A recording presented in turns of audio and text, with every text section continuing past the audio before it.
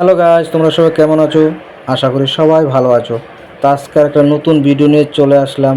আমার রঙ্গিল কলোনির একজোড়া পাখির থেকে পপিস বাচ্চা পেয়েছি।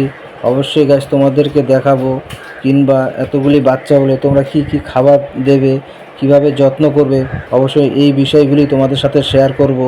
আর গাইস, ভিডিওটা দেখে যদি তোমার ভালো লাগে অবশ্যই আমার চ্যানেলটাকে সাবস্ক্রাইব করে দিও। গাইস, প্রথমে তো বাজিগার পাখি যদি এতগুলি বাচ্চা দেয়, তোমরা কি খাবারটা দেবে? অবশ্যই সিড মিক্সটা, ভালো মানের সিড মিক্সটা দেবে, কিংবা সিড মিক্স দেওয়ার পাশাপাশি তোমরা এই জিনিসটি খুবই গুরুত্বপূর্ণ খাবার, যেটা পাখি খেয়ে পাখি বাচ্চাকে খাওয়িয়ে খুবই তাড়াতাড়ি বড় করতে পারে। অবশ্যই তোমরা এই খাবারটা দিতেই হবে তোমাদের, যেটা আমি দিয়েছি। তাতে করে কি হয়, বাচ্চাও তাড়াতাড়ি খেতে পারে, কিংবা বড় পাখিও তাড়াতাড়ি খাওয়িয়ে এদেরকে বড় করতে পারে। যেখানে খাবারটা হলো তোমার এক ফুট খাবার।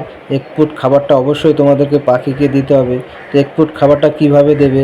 পাখির যখন 1 সপ্তাহ বয়স হবে তখন থেকে তোমরা এক ফুট খাবারটা দেবে।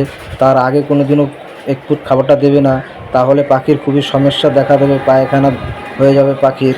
তখন চোখটা ফুটবে, তখনই তোমরা এক ফুট খাবারটা দেবে। কিংবা এক ফুট খাবার দেওয়ার পাশাপাশি তোমরা কিছু সবুজ জাতীয় খাবার পাখিকে অবশ্যই দেবে। তাহলে কী হবে, ক্যালসিয়ামের জাতীয় অনেক কাজ করবে। তো আমি পাখিকে ডিম খেতে দিই অবশ্যই সপ্তাহে 4 দিন। তো অবশ্যই তোমরাও এরকম খেতে দেবে। যদি এরকম বাচ্চা হয় তাহলে তোমরা এরকম বাচ্চাগুলি ভালোভাবে মানুষ করতে পারবে, যেটা আমি করে পেয়েছি। অবশ্যই তোমাদের সাথে সেই ভিডিওটাই শেয়ার করলাম। তো গাইস, এরকমই বাচ্চা পেলে তোমরা এই ধরনের নরম জাতীয় খাবারগুলো দেবে, যাতে করে তোমাদেরও বাচ্চা খুবই তাড়াতাড়ি বড় হয়।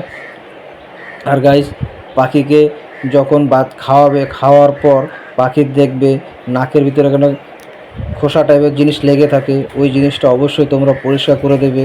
না হয়তো কী হবে, পাখির তোমার নিঃশ্বাসটা নিতে খুবই কষ্ট হয়, দেখা যায় এই কারণে অনেক পাখি মারা যায়। তো এই যত্নগুলি অবশ্যই নেবে। কিংবা হাঁড়িগুলো খুবই ভালোভাবে পরিষ্কার করে দেবে। যদি এতগুলি বাচ্চা হয় তাহলে বাচ্চাগুলি সবই তোমার বাঁচবে। তো এরকমভাবে পরিষ্কার করে দেবে, এইভাবেই তোমরা যত্নগুলি করবে।